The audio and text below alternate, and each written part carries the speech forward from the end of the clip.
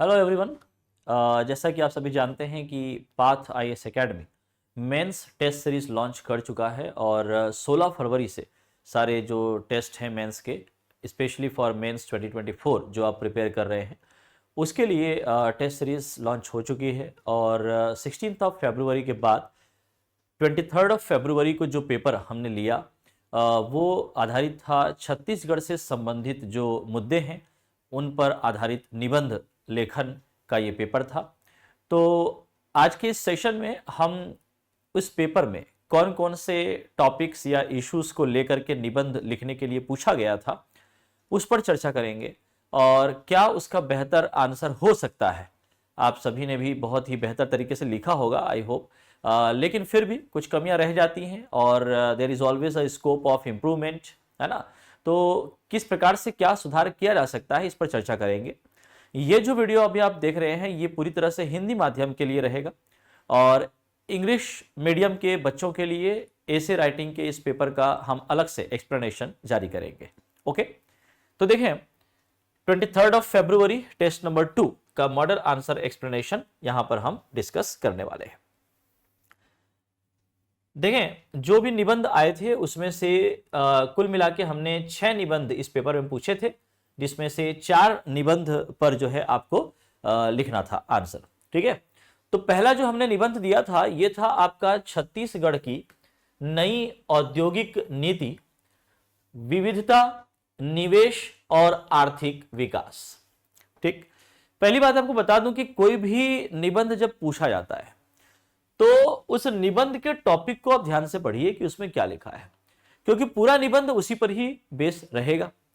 तो छत्तीसगढ़ की औद्योगिक नीति ये तो हमको लिखना है, लेकिन इसमें आगे आप देखिए विविधता, निवेश और आर्थिक विकास, ये 3 बिंदु यहां पर दिए गए हैं जिस पर बेस्ड हमको ये निबंध लिखना होगा, ध्यान रहे। ओके, तो ऐसा नहीं है कि नई औद्योगिक नीति यहां पर है तो आपने क्या किया, आपने केवल और केवल जो है उसके बारे में लिख दिया कि कौन कौन से प्रावधान किए गए हैं, क्या किए गए। नहीं, वो सब लिखने की आवश्यकता नहीं है, जो पूछा गया है केवल वही आपको लिखना है।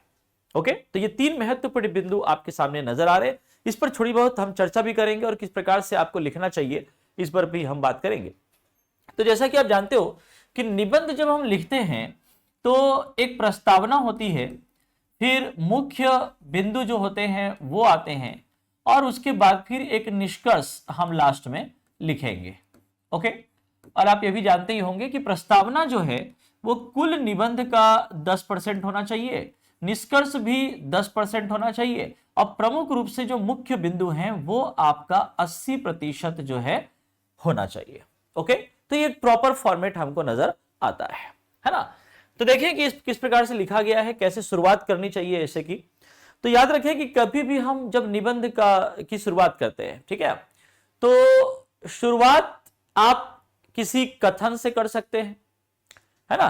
किसी महत्वपूर्ण व्यक्तित्व ने कोई स्टेटमेंट दिया हो, कोई कथन दिया हो, वो कथन आप लिख सकते हैं, टैग लाइन्स जिसको हम लोग बोलते हैं इन जनरल। ओके, या फिर आप किसी स्टोरी लाइन से स्टार्ट कर सकते हो, वो भी ये सही है। इस प्रकार से हम शुरुआत करते हैं उसके बारे में। ठीक, तो यहां पर जैसे औद्योगिक नीति के बारे में बात कही गई है तो हमने यहां पर देखिए टैग लाइन एक लिखा हुआ है, आर्थिक विकास के लिए विविधता जरूरी है और जब एक राज्य अपने खनिज आधारित उद्योग से परे सोचता है तो वह वैश्विक प्रतिस्पर्धा में एक कदम आगे बढ़ता है। छत्तीसगढ़ की नई औद्योगिक नीति इस दिशा में एक महत्वपूर्ण कदम है।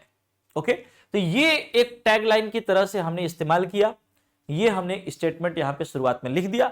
इस प्रकार से एक इंपैक्टफुल निबंध, आप प्रभावशील निबंध लिखना स्टार्ट करते हो। ओके, फिर उसके बाद देखिए कि की पॉइंट्स को ध्यान में रखिएगा। मैं पूरे एसे को यहां पे पढ़ूंगा नहीं, आप महत्वपूर्ण बिंदुओं को देखिए कि कौन कौन से टॉपिक्स कैसे हमने लिखे।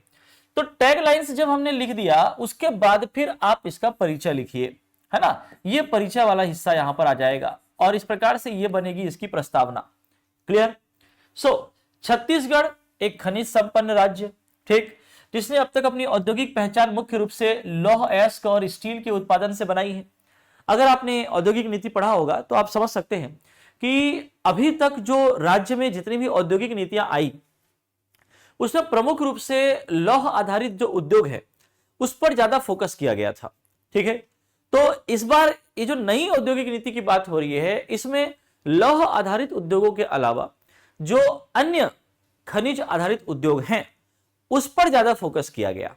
ठीक है, और उसके डेवलपमेंट के लिए अब काम करने की बात इस नीति में प्रमुख रूप से जो है शामिल किया गया है।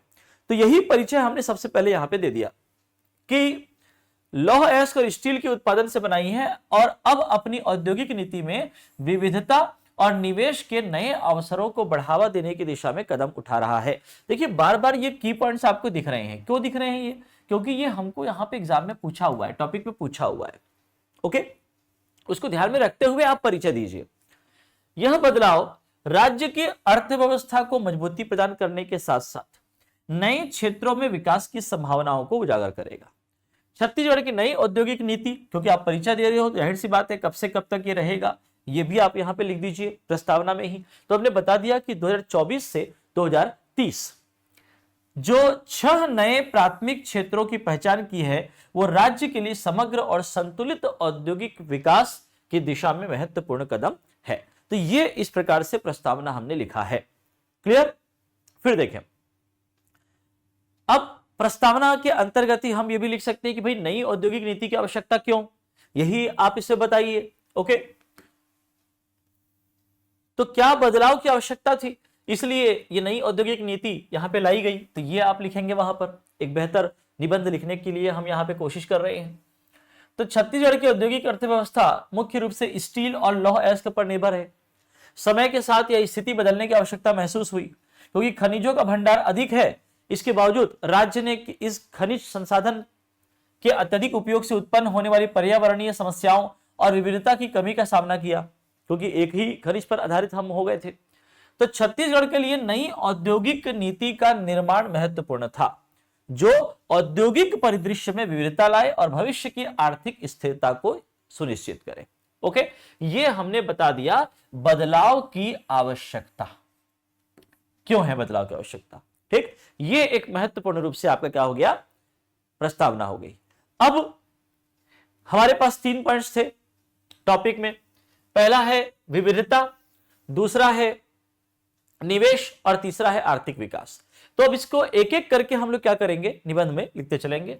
पहले बात करते हैं विविधता के बारे में, फिर निवेश और फिर आर्थिक विकास के बारे में बात करेंगे। ओके, तो विविधता की दिशा में पहला कदम। जब आप निबंध लिख रहे हैं तो इस प्रकार से ये इसको चुनने में आप सावधानी जरूर बरतें, क्योंकि ये आपके निबंध का एक महत्वपूर्ण बिंदु जो ये बताता है कि आप क्या लिखने वाले हैं। तो ये जितना प्रभावशाली रहेगा उतना अच्छा है ना। तो हमने लिखा विविधता की दिशा में पहला कदम, तो उसको ये शब्द भी मिल गया विविधता, क्योंकि वो प्रश्न उसने पूछा हुआ है। ओके, और उसमें फिर आपने सबसे पहले क्या करना है वो आपने यहां पे लिख दिया। ठीक, अब इसमें महत्वपूर्ण की पॉइंट्स क्या क्या है उसको समझने की कोशिश करें। जैसे राज्य में औषधियां, वस्त्र, खाद्य प्रसंस्करण, कृषि उत्पाद संरक्षण, गैर लकड़ी वन उत्पाद प्रसंस्करण और इलेक्ट्रॉनिक्स जैसे क्षेत्रों में निवेश आकर्षित करने की दिशा में प्रयास किए। ठीक है, राज्य सरकार चाहती है कि लौह आधारित उद्योगों के अलावा अन्य जितने भी रिसोर्सेस या संसाधन हमारे पास हैं उनमें राज्य में बाहर से लोग आए, ठीक, बिजनेसमैन आए, इंडस्ट्रियलिस्ट आए और ये जो उद्योगपति है वो यहां पे निवेश करे। ठीक, इससे क्या होगा, नए रोजगार उत्पन्न होंगे और जब नए रोजगार उत्पन्न होते हैं तो सीधे सीधे क्या होती है, आय बढ़ती है। समझे कि बात को। ठीक, तो देखिए आपका इस नीति के तहत राज्य ने विशेष रूप से तकनीकी और पर्यावरणीय दृष्टिकोण से संवेदनशील क्षेत्रों जैसे सेमीकंडक्टर चिप निर्माण, ग्रीन हाइड्रोजन और इलेक्ट्रिक वाहनों को प्राथमिकता दी है। आपने पूरा बता दिया कि अब तक जो लौह आधारित उद्योग चलता था इसके अलावा अब किन किन चीजों पर हम फोकस करने वाले हैं। इसमें आप देख सकते हो कि इसमें आपका वन आधारित भी है, कृषि आधारित भी है। ठीक है, और फिर इसके अलावा उसकी प्रोसेसिंग जो है यानी कि प्रसंस्करण, उस उद्योग पर हम लोग बढ़ावा देने की बात कर रहे हैं और साथ ही साथ जो है हम उसमें टेक्नोलॉजी का इस्तेमाल कर रहे हैं। एनवायरमेंट के दृष्टिकोण से भी हम यहाँ पे काम करना चाह रहे हैं और फिर जो नए इलेक्ट्रिक वाहन वगैरह जो आजकल जो है आ रहे हैं तो इन पर भी हम निवेश के लिए प्राथमिकता देने की बात इस औद्योगिक नीति में कर रहे हैं। ठीक है, तो की पॉइंट्स को पकड़ते चलो। ऋतु सैनी, एक हम यहां पर रेफरेंस ले रहे हैं, आधार ले रहे हैं छत्तीसगढ़ के निवेश आयुक्त का। राज्य विविधता लाना चाहता है और विभिन्न क्षेत्रों की संभावनाओं का लाभ उठाना चाहता है। हमने नई औद्योगिक नीति में 6 नए प्राथमिक क्षेत्रों की पहचान की है। ओके, और पर्यटन और खाद्य प्रसंस्करण जैसे क्षेत्रों की संभावनाओं का पता लगा रहे हैं। तो ये हमने सीधे तौर पे एक रेफरेंस दे दिया। तो इससे क्या हो गया कि इससे आपका आंसर बहुत ज्यादा मतलब जस्टिफाई हो गया। मान के चलिए कि आपने ऐसे ही हवा में बात नहीं कही है। ठीक है, यहां पर आप देख सकते हैं कि स्वयं निवेश आयुक्त के द्वारा क्या कहा गया है और उस पर आधारित हम क्या कर रहे हैं, ये निबंध लिख रहे हैं। इस नीति में बदलाव से छत्तीसगढ़ का औद्योगिक परिदृश्य पूरी तरह से बदलेगा और राज्य को एक स्थिर और समृद्ध अर्थव्यवस्था की दिशा में आगे बढ़ाएगा। ओके, तो पहला कदम हमने अलग अलग क्षेत्र बता दिए। फिर दूसरा आता है तुम्हारा क्या, निवेश आकर्षण के प्रयास। राज्य ने हाल ही में 15,184 करोड़ के निवेश प्रस्ताव आकर्षित किए हैं। ठीक, इनमें सेमीकंडक्टर, चिप निर्माण संयंत्र, खाद्य प्रसंस्करण हब, बांस पार्क और इलेक्ट्रिक वाहन निर्माण संयंत्र जैसे प्रौद्योगिकी और पर्यावरणीय दृष्टिकोण से महत्वपूर्ण क्षेत्र शामिल है। ओके, अलग अलग क्षेत्र हमने यहां पे बता दिए। फिर पॉलीमेटेक इलेक्ट्रॉनिक्स, नया रायपुर में 1,134 करोड़ का निवेश करते हुए सेमीकंडक्टर चिप निर्माण संयंत्र यहां पे स्थापित करने जा रहा है। ठीक, इस निवेश से न केवल उच्च तकनीकी उत्पादों का निर्माण होगा बल्कि राज्य में तकनीकी दक्षता भी आएगी।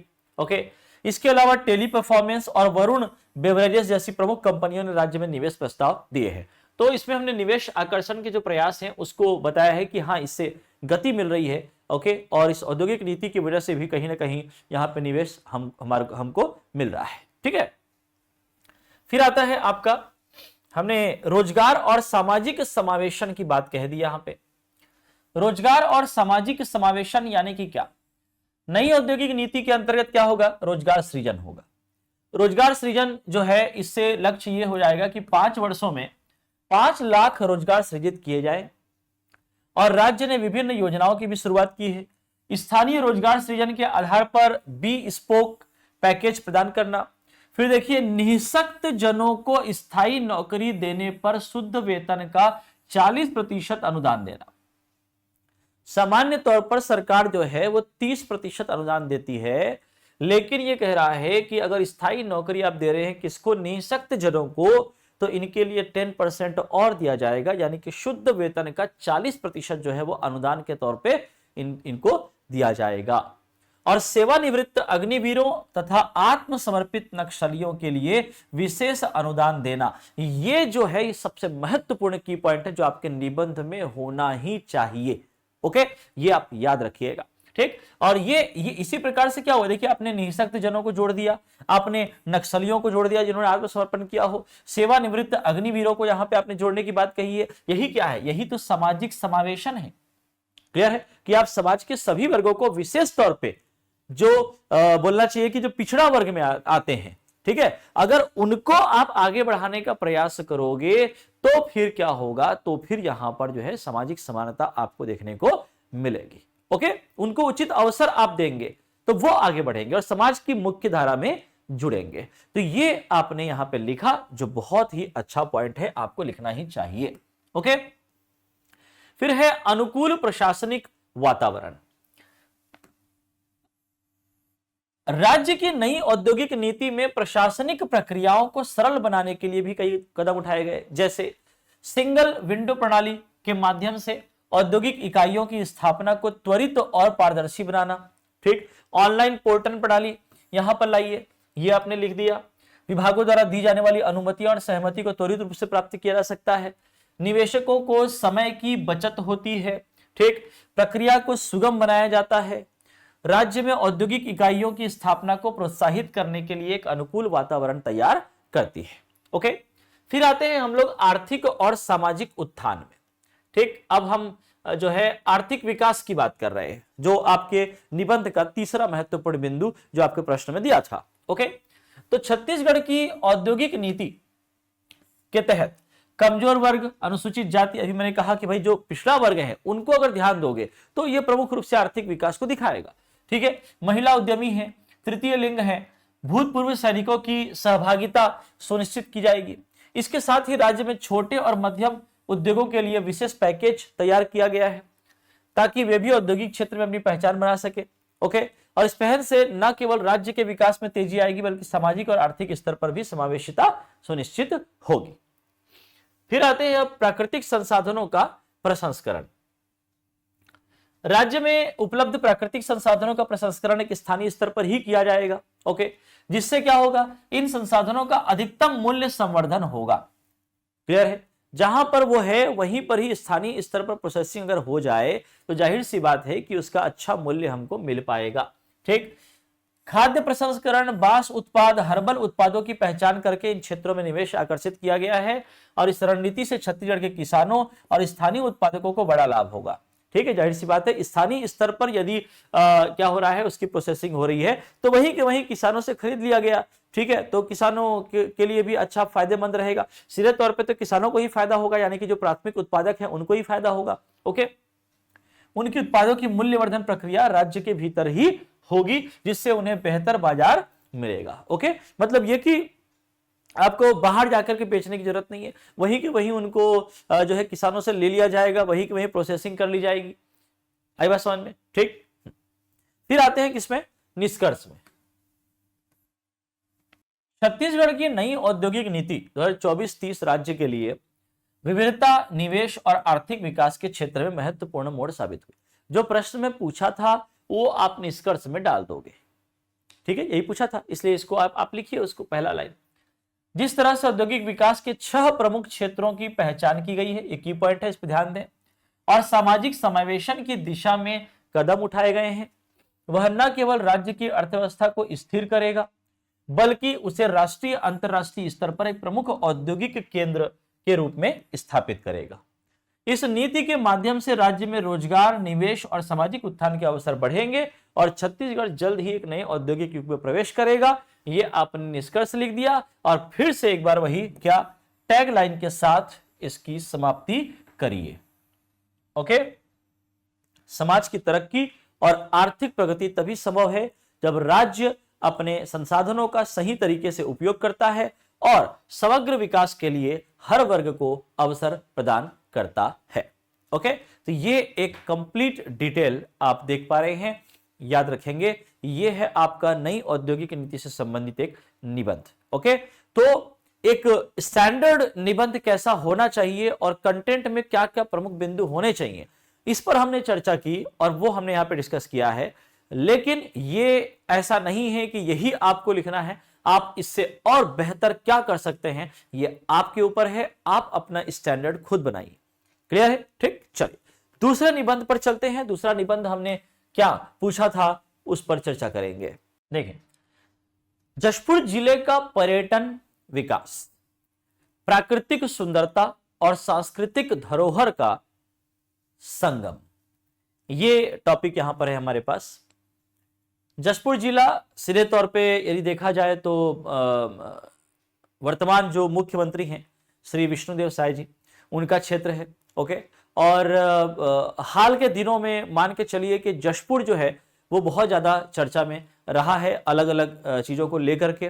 ठीक, और खास तौर पे जशपुर की चाय बड़ी फेमस। ओके, और ये जो पाट प्रदेश है हमारा वो प्राकृतिक रूप से भी अगर देखा जाए तो पर्यटन के तौर पे भी ज्यादा संभावनाएं वहां पे नजर आती है। तो इस वजह से इस निबंध को हमने यहां पर पूछा है इस हमारे टेस्ट सीरीज में। ओके, तो देखेंगे किस प्रकार से इसका उत्तर लिखा जाना चाहिए और आपने क्या लिखा था वो कंपैरिजन आप कर लीजिएगा इस वीडियो को देखने के बाद। ओके, देखें, संस्कृति और प्रकृति का संगम, किसी भी क्षेत्र, आप देख पा रहे होंगे यहाँ पे दो चीजों की बात हो रही है। देखिए, पर्यटन विकास की बात हो रही है। पर्यटन विकास कैसे? तो प्राकृतिक रूप से और सांस्कृतिक रूप से दोनों, ये दोनों चीजों को लेकर के बात कही गई है। तो वैसा ही आपको टैगलाइन बनाना चाहिए, है ना। तो संस्कृति और प्रकृति का संगम किसी भी क्षेत्र की असली पहचान होता है। जशपुर की धरती जहां हरियाली और संस्कृति मिलती है, जहां प्रकृति और विकास का सामंजस्य समृद्धि की राह बनाता है। ओके, तो ये हमने एक टैगलाइन से स्टार्ट कर दिया। अब उसके बाद फिर हम क्या करेंगे, उसका परिचय दे देंगे प्रस्तावना के तौर पे। तो ये आपका प्रस्तावना दिख रहा है। जशपुर जिला न केवल अपनी प्राकृतिक सुंदरता बल्कि यहाँ के ऐतिहासिक स्थल, धार्मिक स्थल और सांस्कृतिक विविधता भी पर्यटकों को आकर्षित करती है। तो ये मुख्य बिंदुओं को ध्यान में रखते चलिए आप कि हमने क्या क्या इसमें डाला हुआ है। फिर इस जिले की भौगोलिक स्थिति के बारे में थोड़ा बता दीजिए। खूबसूरत जलप्रपात हैं, पर्वत हैं, घने जंगल हैं, अद्वितीय सांस्कृतिक धरोहर, इसके बारे में आपने बता दिया। फिर मुख्यमंत्री के नेतृत्व में जशपुर जिले में पर्यटन को एक नया आयाम यहां पर देने के लिए प्रयास किया जा रहा है, जिसका उद्देश्य जिले को पर्यटन हब के रूप में विकसित करना है। ओके, तो ये एक बेसिक सा आपने प्रस्तावना, बिल्कुल आधारभूत प्रस्तावना यहां पे लिखा हुआ है। ठीक, अब ये जो जो आपने प्रस्तावना में लिखा है इसी का डिटेलिंग कर दो। ऐतिहासिक स्थल, धार्मिक महत्व के स्थल, सांस्कृतिक रूप से क्या क्या है, जलप्रपात है, पर्वत है, इन सब पे कुछ नाम बता दीजिए, लिख दीजिए जो संभावनाओं को दिखाएगा। ओके, जैसे देखें, जब आप प्राकृतिक सुंदरता और प्रमुख पर्यटक स्थल की बात करते हो, है ना, तो सबसे बड़ी विशेषता यहाँ की जो है अद्वितीय प्राकृतिक सुंदरता है, जिसमें सबसे इंपॉर्टेंट नाम मधेश्वर पहाड़। ये आपके निबंध में ये नाम होना ही चाहिए, सबसे महत्वपूर्ण बिंदु आप देख रहे हो। जिले का प्रमुख पर्यटक स्थल है, अनोखे भू आकृतिक स्वरूप और प्राकृतिक शिवलिंग के लिए विश्व भर में प्रसिद्ध है। पहाड़ की चोटी से देखने पर समूचे क्षेत्र का अद्भुत दृश्य दिखाई देता है, पर्यटकों को मंत्रमुग्ध कर देता है। मधेश्वर महादेव मंदिर और उसकी विशालतम शिवलिंग को हाल ही में golden book of world records में दुनिया का सबसे बड़ा प्राकृतिक शिवलिंग के रूप में स्थान प्राप्त हुआ है, जो इस स्थल की विशेषता को बढ़ाता है। ओके, तो ये आपने सबसे पहले शुरुआत कर दी किसके बारे में, लिख करके, मधेश्वर पहाड़ को लिख करके। तो ये आपके निबंध में होना ही चाहिए, है ना। आपने अगर पेपर दिया है तो क्या आपने इसको शामिल किया था या फिर नहीं? अगर नहीं तो जरूर इसको शामिल कीजिएगा और एक अलग से घर में बैठ करके आप अलग से आंसर राइटिंग प्रैक्टिस कर लीजिए, निबंध लिख लीजिए अपने शब्दों में। ओके, इसके अलावा रानीदाह जलप्रपात, दमेरा का जंगल और कोडार जलप्रपात। अब देखिए, हमने एक पहाड़ का नाम लिख दिया, आप जलप्रपात का नाम लिख रहे हैं। ओके, प्रमुख स्थल हैं, और रानीदाह जलप्रपात अपनी शांति और प्राकृतिक खूबसूरती के लिए प्रसिद्ध है। दमेरा का जंगल एडवेंचर प्रेमियों के लिए आदर्श स्थल है, ठीक है ना। ट्रैकिंग करना, बर्ड वॉचिंग करना, जंगल सफारी, ये सब गतिविधियां यहां पर हो रही है। तो ये पर्यटन की संभावनाओं को किस प्रकार से आप बता सकते हो, वो चीजें आप यहां पे बता दीजिए, ठीक है। फिर आप बताएंगे बादलखोल अभ्यारण्य के बारे में। जाहिर सी बात है, आप जशपुर में घूम रहे हो, बादलखोल अभ्यारण्य तो आपका लिखना बनता ही है। तो जैव विविधता और प्राकृतिक सौंदर्य का खजाना है, आने वाले पर्यटकों को वन्य जीव और घने जंगलों के बीच ट्रैकिंग का अद्भुत अनुभव प्रदान करता है। ओके, अब प्राकृतिक रूप से आपने 2-3 चीजें बता दी। अब सांस्कृतिक और धार्मिक धरोहर के बारे में लिख दो। तो सांस्कृतिक और धार्मिक धरोहर में क्या, स्थानीय आदिवासी समुदाय की परंपराएं, नृत्य और संगीत, यही तो सांस्कृतिक धरोहर है, बल्कि पर्यटकों को एक अलग अनुभव भी प्रदान करेगा। मधेश्वर महादेव मंदिर, चंद्रपुरी का सूर्य मंदिर और अन्य धार्मिक स्थल यहाँ के ऐतिहासिक महत्व को दर्शाते हैं। तो न केवल धार्मिक महत्व का अनुभव होता है, बल्कि पारंपरिक जीवन शैली और सांस्कृतिक आयोजनों से भी परिचित होने का मौका मिलता है। यह आपने बता दिया। सांस्कृतिक और धार्मिक धरोहर में मुख्य रूप से आदिवासी समुदाय को आपको इंगित करना है, ठीक है। और अच्छा हो सकता है अगर आप कुछ आदिवासी समुदायों के आप नाम लिख देते हैं जो वहां पर जशपुर क्षेत्र में पाए जाते हैं, उनके नृत्य वगैरह का कुछ नाम दे दीजिए। ओके, है ना, उनकी खास जो तत्व हैं जनजाति समुदाय के, है ना, उसके बारे में लिख दीजिए तो और अच्छा हो जाएगा। फिर देखें जशपुर के लोगों का डिजाइन और उसका महत्व। जशपुर जिले का विशेष लोगो हाल ही में मुख्यमंत्री विष्णुदेव साय द्वारा लॉन्च किया गया। लोगो जशपुर की सांस्कृतिक और प्राकृतिक विविधताओं को दर्शाता है। वृत्ताकार आकार एकता और सामंजस्य का प्रतीक है। हरा रंग जशपुर की हरियाली और प्राकृतिक समृद्धि को दर्शाता है। इसके बारे में पूरा डिटेलिंग दीजिए आप, लोगो जो बनाया गया है, ठीक है। जबकि जलप्रपात जिले की जलवर्धन क्षमता का प्रतीक है। हाथियों और उनके शावकों की छवि जशपुर के वन्य जीवन और पर्यावरण संरक्षण की आवश्यकता को उजागर करती है। चाय बागानों का प्रतीक है, यहाँ पर कृषि क्षेत्र में जसपुर के योगदान को दर्शाता है, विशेष रूप से सरूडीह के चाय बागानों को। ठीक, ये स्पेशली आपको याद रखना है, सरूडीह के चाय बागान, क्योंकि इसको ज्यादा चर्चा में ये रहा है। तो ये सब चीजें की पॉइंट्स ध्यान में रखिए, है ना। ये जो मॉडल आंसर हम एक्सप्लेनेशन यहाँ पे देख रहे हैं, ओके, ये बहुत ही महत्वपूर्ण हो जाता है आपके लिए। की पॉइंट्स निकालो और उसको अपने हिसाब से अपने वर्ड्स में जमा लो। पर्यटन विकास के लिए सरकारी प्रयास। मुख्यमंत्री के नेतृत्व में जशपुर जिले को पर्यटन हब के रूप में विकसित करने के लिए सरकार ने महत्वपूर्ण प्रयास किए। क्या क्या? तो पहला, बुनियादी ढांचे का विकास पर जोर दिया। फिर सड़क मार्ग का निर्माण है, बेहतर परिवहन सुविधाएं हैं, पर्यटक स्थलों पर सुविधाओं का विस्तार करना, ये 3 की पॉइंट्स आप जोड़ दीजिए। फिर मधेश्वर पर्यटन योजना के तहत मधेश्वर पहाड़ और अन्य प्रमुख पर्यटन स्थलों को विकसित किया जा रहा है, जिससे यहां आने वाले पर्यटकों को बेहतर अनुभव हो सके। इसके साथ ही स्थानीय युवाओं को पर्यटन से जुड़े रोजगार के अवसर प्रदान करने के लिए प्रशिक्षण कार्यक्रम ये भी चलाए जा रहे हैं, ये भी आप याद रखेंगे। पर्यावरण संरक्षण पर विशेष ध्यान दिया जा रहा है। पर्यटन स्थलों की स्वच्छता बनाए रखने की बात यहां पे करी जा रही है, उसके लिए जागरूकता अभियान की शुरुआत की गई है। डिजिटल माध्यमों का उपयोग करते हुए जशपुर के पर्यटन स्थलों को देश विदेश में प्रमोट किया जा रहा है, ताकि यहां आने वाले पर्यटकों की संख्या में क्या हो, वृद्धि हो। ओके, उत्कृष्टता की ओर बढ़ता जशपुर। पर्यटन केवल प्रकृति प्रेमियों के लिए नहीं, बल्कि वो हर उस व्यक्ति के लिए आदर्श स्थल बन गया है जो शांति चाहता है, जो प्राकृतिक सौंदर्य और सांस्कृतिक विविधता का अनुभव करना चाहता है। ठीक है, यहाँ की हरियाली, जलप्रपात, पहाड़, गुफाएं, अद्वितीय वन्य जीव इस क्षेत्र को एक शानदार पर्यटन स्थल बनाते हैं। इस प्रकार से आप वर्णन कर दीजिए। मुख्यमंत्री के नेतृत्व में प्रयासों के कारण जशपुर जिले में पर्यटन क्षेत्र में निरंतर प्रगति हो रही है। ओके, महत्वपूर्ण केंद्र बन के उभरा है। जशपुर के विकास से न केवल स्थानीय अर्थव्यवस्था को बल मिल रहा है, बल्कि यह छत्तीसगढ़ के पर्यटन क्षेत्र को भी नई पहचान दिला रहा है। ओके, फिर बात कर लेते हैं किसके बारे में, निष्कर्ष के बारे में। जशपुर जिले की प्राकृतिक सुंदरता, तो ये तो मेरे ख्याल से आप लिख लेंगे निष्कर्ष, एक बार आप पढ़ लीजिएगा, आपके पास ये पीडीएफ मौजूद होगा जो भी पेपर दे रहे हैं। अगर जो पेपर नहीं दे रहे हैं तो रजिस्ट्रेशन करवा लीजिए, क्योंकि मेंस की आंसर राइटिंग जो है आपको इंप्रूव करनी है, तो टेस्ट सीरीज देना बहुत ज्यादा इंपॉर्टेंट है आपके लिए। ओके, बिना टेस्ट सीरीज के मान के चलिए कि बहुत अच्छा परफॉर्म हम नहीं कर पाते हैं। ओके, है ना, तो इस पर ध्यान दीजिएगा। आप घर पर प्रैक्टिस करें, टेस्ट सीरीज करें, तो इससे क्या है, एक दबाव बनता है और बेहतर करने का प्रयास हम कर पाते हैं, है ना। चलिए, तो ये है आपका क्या, निष्कर्ष। तो 2 हम लोगों ने डिस्कस कर लिया है। इंग्लिश मीडियम बिल्कुल सेपरेट वीडियो रहेगा। ओके, देखें तीसरा जो यहां पर हम टॉपिक देख रहे हैं, जो तीसरा प्रश्न आपके पास आया है निबंध लिखने के लिए, छत्तीसगढ़ की कृषि नीति, किसानों की समृद्धि और राज्य की आर्थिक खुशहाली का मार्ग। कृषि की समृद्धि से ही छत्तीसगढ़ की खुशहाली का रास्ता खुलता है, क्योंकि जब किसान समृद्ध होते हैं तब राज्य की अर्थव्यवस्था और समाज दोनों मजबूत होते हैं। ये टैगलाइन हमने यहाँ पे लिखा और फिर हमने ये परिचय दे दीजिए।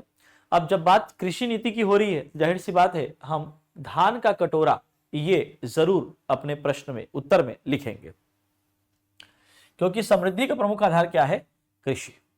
ठीक है, अर्थव्यवस्था कृषि क्षेत्र से जुड़ी हुई है, अर्थव्यवस्था को इससे जोड़ के बताइए।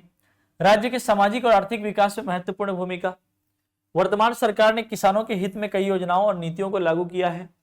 न केवल कृषि उत्पादन में वृद्धि हुई है, बल्कि किसानों की समृद्धि भी सुनिश्चित की गई है, और इन बदलावों के आधार पर राज्य की आर्थिक खुशहाली और समृद्धि की दिशा में एक महत्वपूर्ण कदम है। तो की पॉइंट आप ध्यान में रखिए, क्या क्या हमने लिखा, कैसे शुरुआत किया। फिर देखें, कृषि से संबंधित प्रमुख योजनाएं और कार्यक्रम लिख दीजिए, क्योंकि यहां पर जो टॉपिक है आपका आया है, कृषि नीति, किसानों की समृद्धि और राज्य की आर्थिक खुशहाली का मार्ग।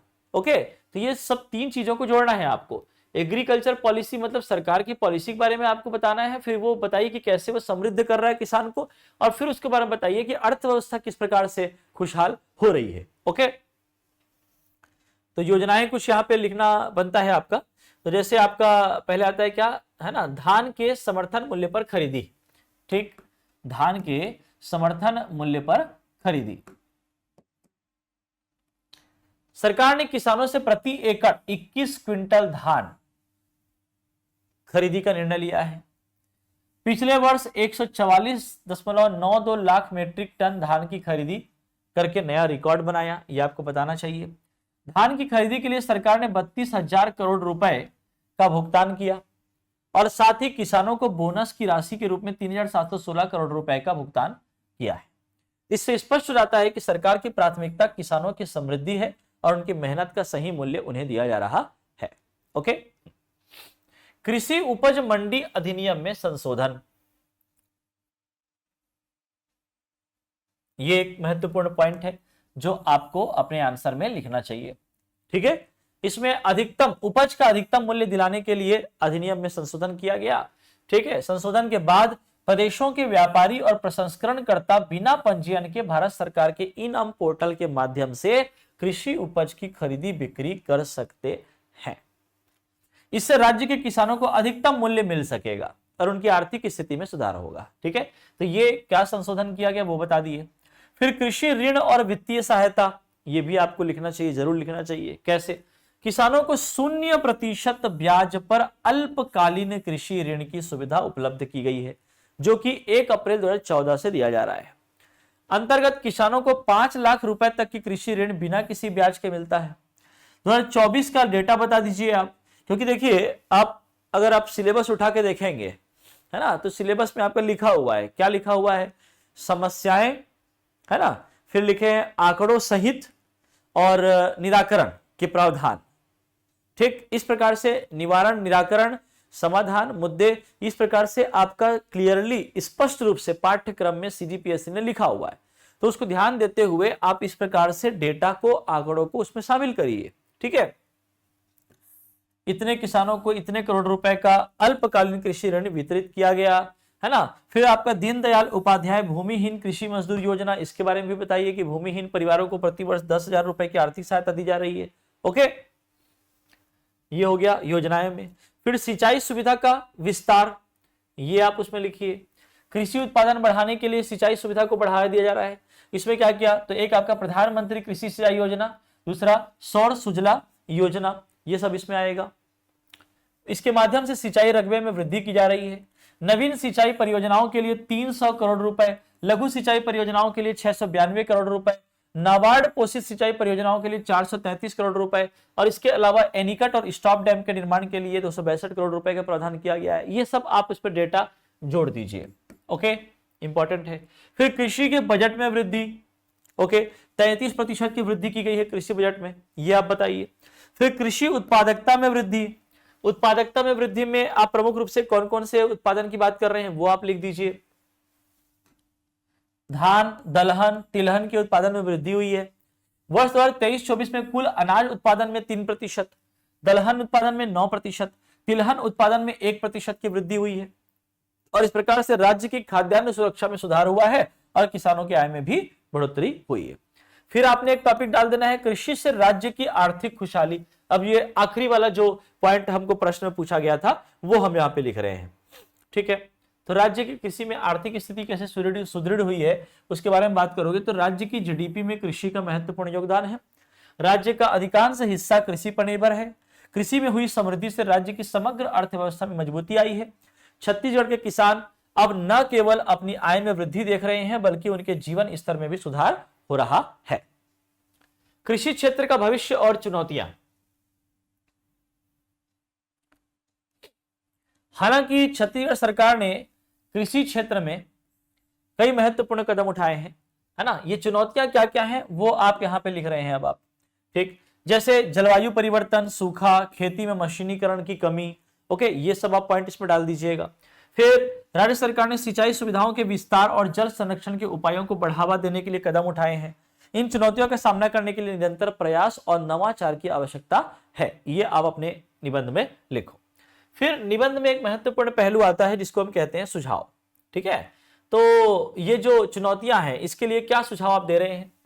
जलवायु परिवर्तन से निपटना, स्मार्ट कृषि प्रथाएं और सूखा सहिष्णु फसलों का प्रचार प्रसार करना, सूखा संकट, सिंचाई सुविधाओं का विस्तार और वर्षा जल संचयन प्रणालियां स्थापित करना, इसको आप सुझाव में लिख दीजिए। मशीनीकरण की कमी है, तो कृषि के यांत्रिकीकरण को बढ़ावा देने के लिए सब्सिडी योजना, सामूहिक उपयोग मॉडल लागू करना, ये सब लाइए। स्मार्ट कृषि तकनीक, किसानों को स्मार्ट कृषि तकनीकों का प्रशिक्षण देने की बात यहां पर आप कर दीजिए। वित्तीय सहायता, किसानों के लिए समय पर ऋण और बीमा योजनाओं का सुलभ बनाना। ठीक है, तो ये आप सुझाव दे दीजिए इस प्रकार से, बहुत ही बढ़िया और बेहतरीन तरीके से यहाँ पे लिखा गया है। ओके, फिर लास्ट में आ जाइए निष्कर्ष में। ठीक, जो आपने ऊपर लिखा उसको आप यहां से इस प्रकार से बना सकते हो। ठीक है, तो एक बार ये आप इसको पढ़ सकते हैं वीडियो से, या फिर आप जो है क्या करें, मॉडल आंसर पीडीएफ आपके पास है, वहां से आप पढ़ लीजिएगा। क्लियर? ये 3 महत्वपूर्ण टॉपिक पर हमने यहां पे डिस्कस किया है। क्लियर है एवरीवन? चलिए, तो याद रखिएगा इसको।